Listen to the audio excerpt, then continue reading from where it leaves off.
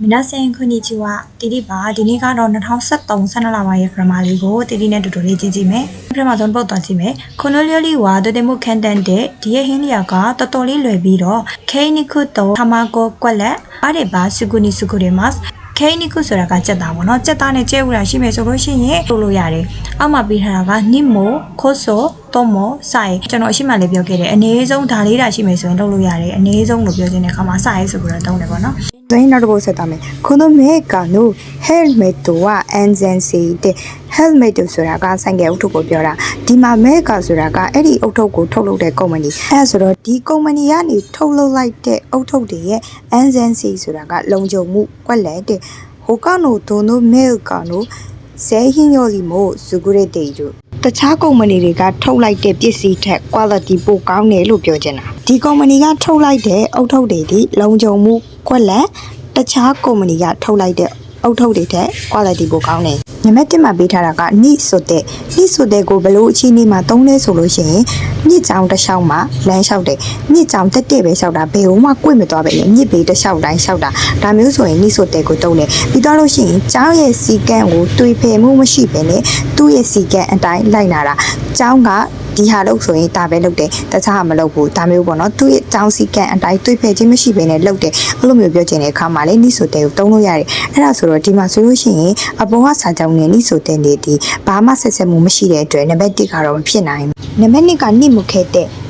တဲ့ကကြတော့ရည်ရွယ်ချက်တစ်ခုအတွက်ရည်ရွယ်ပြီးအလုပ်လုပ်တာမျိုးဥပမာ N1 အောင်ဖို့အတွက်စာကြိုးစားတယ်ဒါမျိုးဆိုရင်နိမှုခဲတဲ့ကိုသုံးလို့ရနောက်တစ်ခုကနေရာတစ်ခုကိုဥတည်ပြီးသွားတဲ့အခါမှာတိုကျိုနိမှုခဲတဲ့တိုကျိုကိုဥတည်ပြီးတော့ဒီလိုအခြေအနေမျိုးမှလည်းသူ့ကိုသုံးတယ်ဒီမှာဆိုရင်လုံခြုံမှုအတွက်တခြားထုတ်လုပ်တဲ့ကုမ္ပဏီတွေထက် quality ကောင်းနေဆိုတိတ်ပြီးတော့တဘာဝမကျဘူးပေါ့နော်အဲ့လိုပြောလို့မရဘူးအဲ့တော့နိကလည်းမဖြစ်နိုင်ဘူးနံပါတ်3နိဝတ္တတဲ့သူ့ရဲ့အဓိပ္ပာယ်ကလေအရာတစ်ခုကအချိန်ကာလအကြာကြီးဖြတ်တန်းပြီးတော့ဖြစ်ပေါ်နေတဲ့အခါမျိုးမှာနိဝတ္တတဲ့ကိုသုံးတယ်ဥပမာဆိုလို့ရှိရင်တပတ်လုံးမိုးက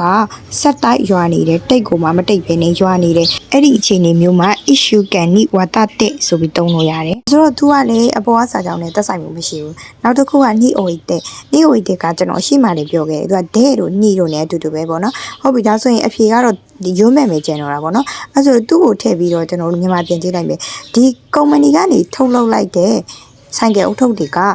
ကလုံခြုံမှုအပိုင်းမှာတခြားကုမ္ပဏီတွေကပစ္စည်းတွေထက် quality ပိုကောင်းတယ်အဲဆိုတော့နိအိုတဲ့အန်ဇန်နိအိုတဲ့ဆိုတာကအန်ဇန်တဲ့လုံခြုံမှုအပိုင်းမှာဆိုပြီးတော့ပြောလို့ရတယ်ပေါ့နော်ဒါကြောင့်မို့လို့သူ့ရဲ့အဖြေကရွံ့ပန်ပါအစင်းတော့ပို့ဆက်သွားမယ်ယမာရာပြောလိုက်တဲ့ခွန်တော် rank q ဒီတဲ့ချိန်ပိတ်ရက်ရှိခီမိုရာဆန်ဝအွန်စန်ဒီအီကိုမီတိုင်းတာရောခီမိုရာဆန်ကဆန်ကိုတော်မဲ့ပုံပဲမိုရီဆန်ဝဒုကုကဤနိုင်နော်မိုရီဆန်ဝတနေရမသွားဘူးလားကွက်လက်မိုနိုနာရာအီကီတိုင်းခဲတို့အမေဆိုရင်သွားခြင်းပေမဲ့လေခွန်တော် rank q ကစင်ကိုတော့ကဟိုက်ချတဲ့တယ်ရောနဲ့ဒီတစ်ခါပိတ်ရက်ကအလုပ်ရှိရပေါ့နော်အလုပ်လုပ်ရမယ်ဆိုပြီးပြောတာအဲမိုနိုနာရာနဲ့တွဲတဲ့ဟာဒီ2မျိုးရှိပါတယ်အီခိုခိနဲ့လည်းတွဲတယ်နော်ခါနိုခိနဲ့လည်းတွဲတယ်အီခိုခိနဲ့တွဲမယ်ဆိုလို့ရှိရင်အီခိုခိမိုနိုနာရာဆိုလို့ရှိရင်ကျွန်တော်တို့က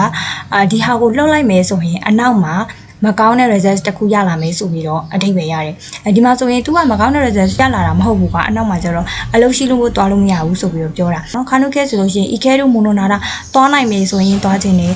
ဆိုတော့တွားနိုင်မယ်ဆိုရင်တွားကြည့်ပေးမယ်လေဒီတစ်ချိန်ရဲ့နားရက်ကအလုပ်လုပ်ရမယ်ဆိုပြီးတော့ပြောတာပေါ့เนาะဒါကြောင့်မို့လို့သူ့ရဲ့အဖြေကကျန်းပန်မှာနောက်တစ်ခုဆက်ပါမယ်ဆမီနာနိုအန်နိုင်တဲ့ဂျုခိုလီယိုဆိုအတန်းတယောက်ခကတော့မူလီယိုဒစ်အလကားဖြစ်ပါတယ်တဲ့ကွက်လက်ရှီလီယိုတိုင်goရက်ခုန်ကိုအတဒါခိမတ်စာရဲစာရင်ကြီး900ကိုကတော့ရန်900ကိုကတော့ပေးရပါမယ်ပေါ့နော်အဲဆိုတော့နံပါတ်1ကထလာရှိနံပါတ်2ကကျတော့အိုယောပီနံပါတ်3ကကျတော့ဇနာဝတ်စီနံပါတ်4ကကျတော့အာရီဝါအဲဆိုတော့ထလာရှိကကျတော့ဒါပေမဲ့အိုယောပီဆိုတာကတိုးနဲ့အတူတူပဲနှင်းဆိုပြီးတော့ပြောတာနောက်ကဇနာဝတ်စီကကျတော့ကျမလီတနည်းအားဖြင့်ပြောရရင်ဆိုတဲ့အဓိပ္ပာယ်နောက်တစ်ခုအာရီဝါဆိုတာကဒုမဟုတ်ကိုပြောတာပါဒါကြောင့်မို့လို့ဒီမှာဆိုလို့ရှိရင်ဒီတင်တန်းကြီးကတော့အလက်ကားဖြစ်ပါတယ်ဒါပေမဲ့လည်းစာရေးစာနယ်ကြီးရန်900ကိုတော့ပေးရပါမယ်ဆိုတော့သူရဲ့အဖြေကအချီပါရှင်နောက်တစ်ပုဒ်ဆက်သွားမယ်ခိုတိုရှိနိုအေကဆိုင်နိုရိုင်းဂျော်ရှာဝါတဲ့အေကဆိုင်ကရုပ်ရှင်ပွဲတော်ပေါ့နော်ဒီနေ့ကရုပ်ရှင်ပွဲတော်ကိုတက်ရောက်လာတဲ့သူတွေကခိုင်ဟခုကရာဝီကာတဲ့ဂျူမန်နီနီထားတာခိုင်ဟခုဆိုတာကဒီပွဲစတင်ကျင်းပတဲ့ရက်ပွဲစတင်ကျင်းပတဲ့ရက်ကနေ3ရက်အတွင်းပဲရှိသေးတယ်10တောင်းထိတိုးခဲ့တယ်တဲ့ဆိုတော့ယောဂကန်တို့ ခိုင်ဆိုင်ခိကန်တဲ့ရှေ့ရက်တောင်မှာကျင်းပါမှာပေါ့နော်ရှေ့ရက်တောင်မှာကျင်းပါမှာဖြစ်တဲ့အတွက်ကြောင့်မို့လို့ဆိုင်ရှုတက်ခိနေဝနောက်ဆုံးမှာဆိုလို့ရှိရင်ဇာကုနန်နိုနီဂျူမန်နီဟိုတဲ့မနေ့ကတက်ရောက်ခဲ့တဲ့လူပေါင်း130ကိုတဲ့အိုဟာပါနီဥဝါမဝါဒကွက်လဲတဲ့အိုဟာပါနီဥဝါမဝါဒအိုဟာပါနီဆိုတာကအများကြီးဒီရက်130သူမနေ့ကတက်ရောက်ခဲ့တဲ့130တက်ကိုမှအများကြီးဥဝါမဝါဒကကြတော့ကျော်လွန်တာမနေ့ကတက်ရောက်ခဲ့တဲ့130ထက်ကိုမှအများကြီးကျော်လွန်တာကွက်လဲတဲ့အဲဆိုတော့အောက်မှာပေးထားတာကမာဒေတာရေဒိုက်တာနောက်က EGO တာနောက်တစ်ခုကကျတော့ site ချတာအဲဆိုတော့ဒီမှာဆိုလို့ရှိရင်မာဒေတာဆိုလို့ရှိရင်ကျွန်တော်တို့ကကာရာမာဒေဆိုပြီးတော့တွဲပြီးတော့တုံးလေးရှိတာများတယ်ဘယ်ကနေဘယ်ဒီတိုးတက်တယ်အဲဆိုတော့သူကကျတော့အဲ့လိုမျိုးပြောထားတာမဟုတ်ဘူးကကာရာမာဒေနဲ့ပြောထားတာမဟုတ်ဘူးသူကမနစ်ကထက်ကိုမှအများကြီးတိုးတက်လာဒီကြော်လွန်နိုင်တဲ့ကွက်လက်ရှိတယ်ဆိုပြီးတော့ပြောတာအဲဆိုတော့နံပါတ်1ကမဖြစ်နိုင်ဘူးနောက်တစ်ခုကကျတော့ရှိတိုက်တာဆိုလို့ရှိရင်ဒီမှာဆိုလို့ရှိရင်ဒီ short case ရှိတိုက်တာဆိုရင်ကျွန်တော်တို့ကချက်ချင်းတိချင်းဆိုတဲ့အဓိပ္ပာယ်ရတယ်ဒါကြောင့်မို့လို့သူလည်းမဖြစ်နိုင်ဘူးနောက်တစ်ခါကျတော့ EKO တာမနစ်ကတက်ရောက်တဲ့လူပေါင်း130တက်ကိုမှအများကြီးကြုံလွန်နိုင်တဲ့အချက်ရဟုံရှိတယ်ဒါဖြစ်နိုင်တယ်ပေါ့နော်နံပါတ်3နံပါတ်4ကကျတော့ side shooter ကကျတော့ AO လုံနေတဲ့အတော်အတွင်းမှာအနောက်က B ရဖြစ်တယ်အဲ့ဒီ B ရကျတော့ A ကိုအနောက်ရှက်ပြီးတဲ့ဟာမျိုးပေါ့နော်ဒီစာကြောင်းမှာဆိုလို့ရှိရင်သူကအတိတ်ပဲမရှိဘူးလေအဲဒါကြောင့်မို့သူ့ရဲ့အဖြေကနံပါတ်3ပါသူပြောချင်တာကကျတော့ဒီ3ရက်ပဲရှိသေးတာတောင်လူက10တောင်အထိလာကြတယ်အဲ့တော့10ရက်တောင်ကျင်းပမှာဆိုတော့ပေါ့နော်နောက်ဆုံးကြလို့ရှိရင်မနစ်က10ရက်လုံးကျင်းပတာမှဒီလူပေါင်းက1030ပဲတက်တယ်ဒီနေ့က3ရက်ထဲနဲ့တောင်10တောင်ဖြစ်နေဆိုမနစ်ကတက်ရောက်တဲ့1030တက်ကိုမှအများကြီးကြော်လွန်နိုင်တဲ့အချိန်ုံရှိတယ်ဆိုပြီးတော့ပြောချင်တာဒါကြောင့်မို့သူ့ရဲ့ဖြေကစံပန်မှာသဘောဆက်သွားမယ်ဆိုတော့အိုဝနီရှိပြောရင်းတဲ့ကွာတဲ့အိုဝနီရှိပြောရင်းမှာတဲ့ကန်ဆိုင်ဆိုတာအခုဂျီမူရှော့ခ်အင်ဟိုပိုရှိတဲ့တို့ဂျီမူရှော့ခ်ဆိုတာကကျတော့ဒီဘောနော် office တက်ရုံးဝေတန်းပေါ့နော်အဲ့ဒါကိုပြောတာoffice desk အလုပ်တွေခေါ်နေတယ်တဲ့ short site ဆိုတာကအသေးစိတ်ကိုပြောတာအသေးစိတ်ကတော့ home page ကိုကွက်လက်ကပြီမှာဒါမှမဟုတ်လို့ရှင်successful odanwade otoi awase de khora sai home page မှာကွက်လက်ဒါမှမဟုတ်လို့ရှိရင်ဒါရိုက်ဖုန်းဆက်ပြီးတော့မေးပေးပါသူပြောချင်တာကအသေးစိတ်အချက်လက်က home page မှာကြည့်ပါဒါမှမဟုတ်လို့ရှိရင်ဒါရိုက်ဖုန်းဆက်ပြီးတော့မေးပေးပါလို့ပြောတယ်အောက်မှာပေးထားတာက high cancel မှာဆိုရင် goran itada khu goran ni ide de နောက်တစ်ခါ message တက်ခေါ်တာစားလို့ကြောညာချက်လို့ပုံစံမျိုးဖြစ်တဲ့အတွက်နံပါတ်1ကတော့လုံးဝမဖြစ်နိုင်ဘူးသူအလုပ်ရှောက်ချင်တဲ့သူတွေကိုဘောနော်ရည်ကြီးတဲ့အနေအထားနဲ့ညှိပြီးတော့ပြောမှဖြစ်တဲ့အတွက်နံပါတ်1ကတော့လုံးဝမဖြစ်နိုင်ဘူးပေါ့နော်အဲ့ကျတော့ goran itada khu goran ni ide do ဆိုတာကကြာဘလို့တဲ့မျိုးလဲဆိုတော့ထားပါတော့ကိုယ်တငယ်ချင်း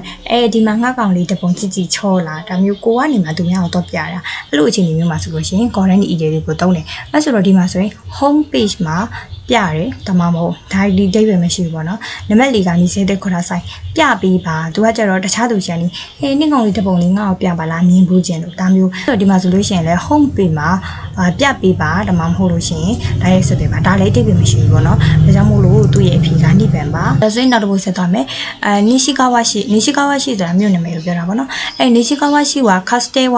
တေဆိုတာကအရင်ကခတ်စတေဝါဂျင်ကိုဂေါ်ဆယ်နီနိုချီဆာနာမူရာကွက်လက်ကားတဲ့အရင်ကတော့လူဦးရေ9000ပဲရှိတယ်တင်းငယ်တဲ့ရွာလေး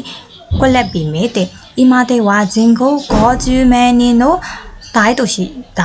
ာအခုကတော့လူဦးရေ1050လောက်ရှိတဲ့မြို့ကြီးဖြစ်လာခဲ့ပါရဲ့တဲ့အောက်မှာပေးထားတာကဒေမိုနာခတာယော်လီဟိုကာနာခတာနီချီဂီနာခတာလာကလီဒေဝနာခတာအဲ့ဆိုနံပါတ်1ကဒဲမွန်နာခတာဆိုတာသူကသူ့ရဲ့ဒိတ်တွေကကျတော့အရှိကလေသူနိုင်လေးနဲ့တွဲပြီးတော့သုံးလေးရှိတယ်နိုင်ဒေမွန်နိုင်ဆိုတော့ဒါတော့မဟုတ်ပါဘူးမလုပ်ချင်တာတော့မဟုတ်ပါဘူးမသွားချင်တာတော့မဟုတ်ပါဘူးဘာညာပေါ့နော်အဲ့လိုမျိုးပြောချင်တဲ့အခါမှာတုံးတယ်အဲ့ဆိုတော့ဒါကအတိတ်ရမရှိဘူးနံပါတ်2ကယော်လီဟိုကာနာခတာယော်လီဟိုကာနိုင်ရှိကာနိုင်ဆိုတာကလွဲပြီးတော့မရှိဘူးအသေးငယ်တဲ့ရွာလေးကလွဲပြီးတော့မရှိခဲ့ပြီမဲ့ဆိုတော့အတိတ်ပဲမရှိပါဘူးနောက်တစ်ခုကကျတော့နိツဂီနာခတာထပ်မပို့ခဲ့ဘူးအဲ့ဆိုတော့ရွာတိတိလေးထက်မပိုခဲ့ပေမဲ့အခုကတော့လူဦးရေက1050တောင်ရှိရဲ့မြို့ကြီးဖြစ်နေပြီဒါအဓိပ္ပာယ်ရှိရပေါ့နော်နံပါတ်4ကကျတော့ဘာကလီဒေဝနာခတာတင်းငယ်တဲ့ရွာလေးကြီးပဲမဟုတ်ခဲ့ပေမဲ့ဒါလည်းအဓိပ္ပာယ်မရှိပါဘူးဒါကြောင့်မလို့သူ့ရဲ့အဖြေကစမ်းပန်မှာအရင်ကတော့လူဦးရေ9000ထက်တောင်မပိုတဲ့ရွာလေးအခုကတော့1050တောင်မှရှိနေတဲ့မြို့ကြီးဖြစ်နေပြီဆိုပြီးတော့ပြောချင်တာနောက်တစ်ပုဒ်ဆက်သွားမယ်မစ်ဆဲတဲ့ဆိုင်မှာပေါ့နော်အေးကပြောလိုက်တယ်ခွန်နိုရှပ်စ်ခဝိုင်းဒီရှက်အင်ဂျီလေးကချစ်စရာလေးでも会社に来ていくにははてかなကုမ္ပဏီကိုဝတ်သွားဖို့ကအယောင်မြန်းတောင်းနေမလားအဲ့နဲ့ B ကနေမှ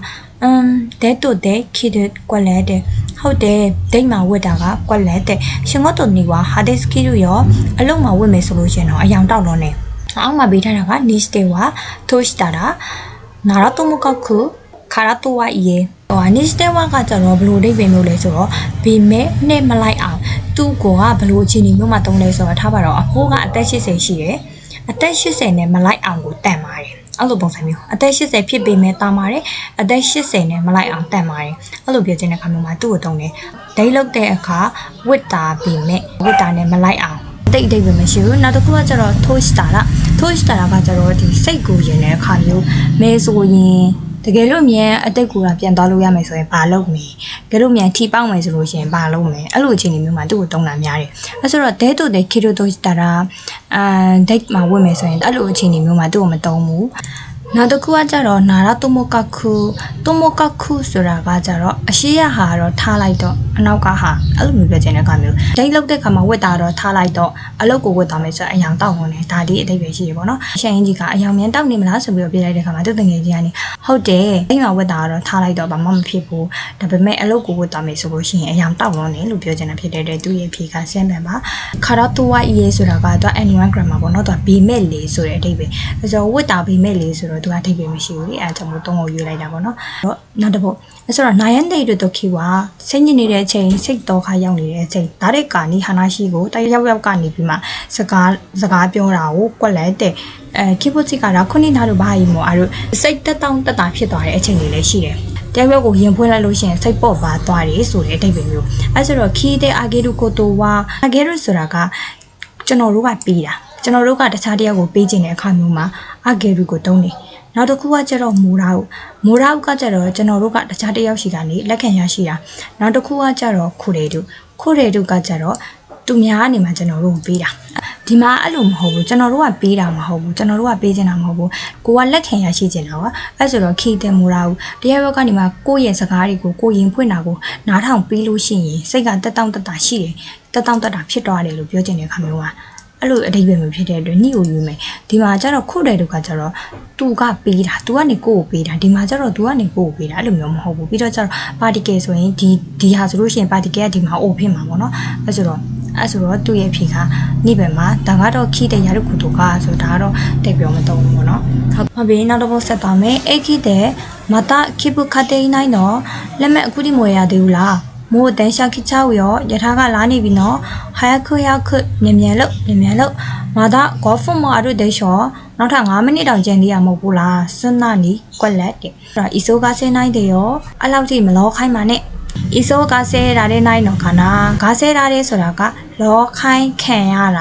ာညံဖြစ်မလားမသိဘူးဒါရင်တိတ်ပဲမရှိဘူးဒါကအီဆိုကနောက်ချက်နဲ့မလောလို့မရဘူးအဲ့လိုမဟုတ်ဘူးကွာသူက9မိနစ်ကြီးတောင်မှရှိသေးတယ်မလောလို့မရဘူးဒါအတိတ်ပဲမရှိဘူးနောက်တစ်ခါကျတော့အီဆိုကစတဲ့ဒါကလောတဲ့အတွက်ကြောင့်မို့ဒါလေးအတိတ်ပဲမရှိဘူးပေါ့နော်ဒါကြောင့်မို့လို့သူရဲ့အဖြေကအချိပဲမှာ9မိနစ်ကြီးတောင်ကျန်သေးပါတယ်အဲ့လောက်ထိလောမနေနဲ့လောက်ထိမလောခိုင်းနဲ့ဒါမျိုးတန်ဝါတဲ့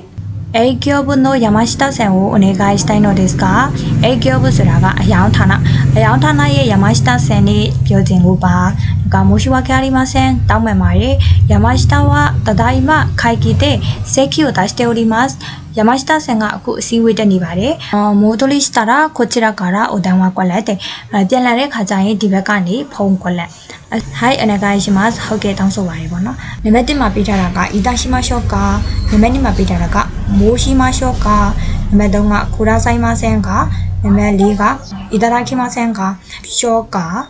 ဂီတာလေးရှောကာဒါကြတော့မဆန်က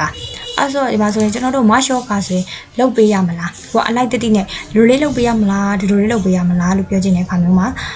မရှော့ကာတုံးတယ်မဆန်ကလုတ်ကြရအောင်သွားကြရအောင်လူမျိုးပြောတဲ့အခါမှာသူ့ကိုတုံးတယ်အဲ့ဆိုဒီမှာဆိုလို့ရှိရင်ဖုန်းဆက်ပေးရမလားသူပြန်လာတဲ့ခါကျရင်ဒီဘက်ကနေဖုန်းဆက်ပေးရမလားလို့မေးပါကွာဖုန်းဆက်ကြရအောင်လို့ပြောတာမပြောဘူးတော့အတိတ်ပဲမရှိဘူးဒါကြောင့်မလို့3နဲ့4ကတော့လုံးဝမဖြစ်နိုင်တော့ဘူးကွာအဲ့ဆိုတော့1ရဲ့2ရဲ့တွေကစဉ်းစားမယ်မိုးရှိမဆိုတာက e mask ကိုပြောတာဖ ဖုန်းဆက်ပြောရမလားပေါ့နော်ဖုန်းဆက်တာဆိုရင်ကျွန်တော်တို့ကဒန်ဝါရှိမတ်နဲ့ပြောတယ်ပေါ့နော်အဲ့ဒါကိုသူ့ကိုနှိပ်ပြီးတော့ပြောတဲ့အတုံးတော့ဒန်ဝါအီတာရှိမရှော့ကဖုန်းဆက်ခိုင်းလိုက်ရမလားဖုန်းဆက်ပေးရမလားဆိုပြီးပြောတာဒါကြောင့်မို့သူ့ရဲ့ဖေကအစ်ချပါအဲဆိုရင်နောက်ဆုံးတစ်ပုတ်သွားမယ်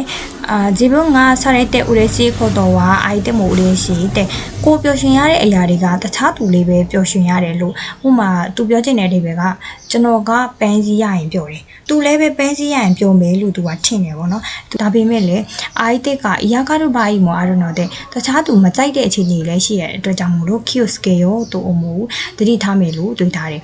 ပြောရင်သူများလည်းပြောမယ်လို့ထင်ပြီးတော့ကွက်လက်တွေးနေခဲ့တာပေါ့နော်ကွက်လက်လုံနေခဲ့တာတဲ့ဒါပေမဲ့တစ်ဖက်သူကမကြိုက်တဲ့အခြေအနေမျိုးလည်းရှိတဲ့ကြောင့်မို့လို့တတိထားပြီးတော့နေနေတဲ့ဆိုတော့表いるところ表しまいがち思いたがる恐れなんか思うしがないんだねဒီတဲ့ရတော့ကိုလောကကြတော့ဥပမာပြောမယ်ဆိုရင်အပြင်သွားနေတယ်လို့ပြောတဲ့အခါမှာအဲ့အချိန်မှာသူကိုယ်တိုင်ကလည်းအပြင်ကိုရောက်နေတာတခုခုကိုလုံနေတော့ဒီမှာကျတော့အဲ့လိုမျိုးမဟုတ်ဘူးကွာတခုခုကိုလုံနေတယ်လို့ပြောတာမဟုတ်ဘူးဒါကြောင့်မို့လို့နမတဲ့အခါမဖြစ်နိုင်ဘူးပေါ့နော်အမိုးတဲ့ရှင်မိုက်ကရှင်မိုက်ကကြတော့မကြိုက်တဲ့အခါမျိုးနောင်တရတဲ့အခါမျိုးအဲ့လိုမျိုးပြောချင်လို့ရှိရင်ရှင်မိုက်မစတာလုံမိသွားတယ်အဲ့လိုမျိုးပေါ့နော်အဲ့တော့ဒါပဲတဲ့ရှင်မိုက်မစတာစားမိသွားတယ်ညီမလေးရဲ့ပပုံကိုခိုးပြီးစားမိသွားတယ်အဲ့လိုမျိုးရှင်မိုက်ဆိုပြီးတော့ပြောတယ်ပေါ့နော်အဲ့လိုအဓိပ္ပာယ်မျိုးကိုပြောလို့ရှိရင်သူများလည်းပြောနေဆိုပြီးတွေးမိလိုက်တာအဲ့ဆိုတော့နံပါတ်3ကကြတော့အမိုးထားကားဒီကားတို့ဆိုတာကကိုယ့်အကြောင်းပြောတာမဟုတ်ပဲねသူများအကြောင်းပြောတာသူကသွားချင်နေတယ်စားချင်နေတယ်ညီမလေးကအယုတ်လိုချင်နေတယ်ဒါမျိုးပြောတဲ့အခါမှာကားတို့ကိုတုံးတယ်ပေါ့နော်ဒီမှာကျတော့သူများအကြောင်းပြောတာမဟုတ်ဘူးကိုယ့်အကြောင်းကိုပဲပြောနေတာဖြစ်တယ်ဒါကြောင့်မို့လို့နံပါတ်3ကရွေးစရာမလိုဘူးအဲ့ဒီကကျတော့အမိုးရှိကနားရဲ့တာမဲတွေးရုံမှလွဲပြီးတော့မရှိတဲ့အတွက်ကြောင့်ဒါလည်းအတိတ်ကိုမရှိဘူးပေါ့နော်အားကြောင့်မို့သူ့ရဲ့အဖြေကနံပါတ်2ပါပျော်ရွှင်ရရင်တခြားသူလည်းပဲပျော်ရွှင်ရမယ်ဆိုပြီးတော့တွေးနေခဲ့လိုက်တာအဲ့လိုအခြေအနေမျိုးမဟုတ်တဲ့ခါလေးရှိတဲ့အတွက်ကြောင့်မို့လို့တဲ့သူတတိထားပြီးတော့နေနေတယ်ဆိုပြီးပြောချင်တဲ့ခါဟိုက်ဒီနေ့ကတော့ဒီလောက်ပါပဲ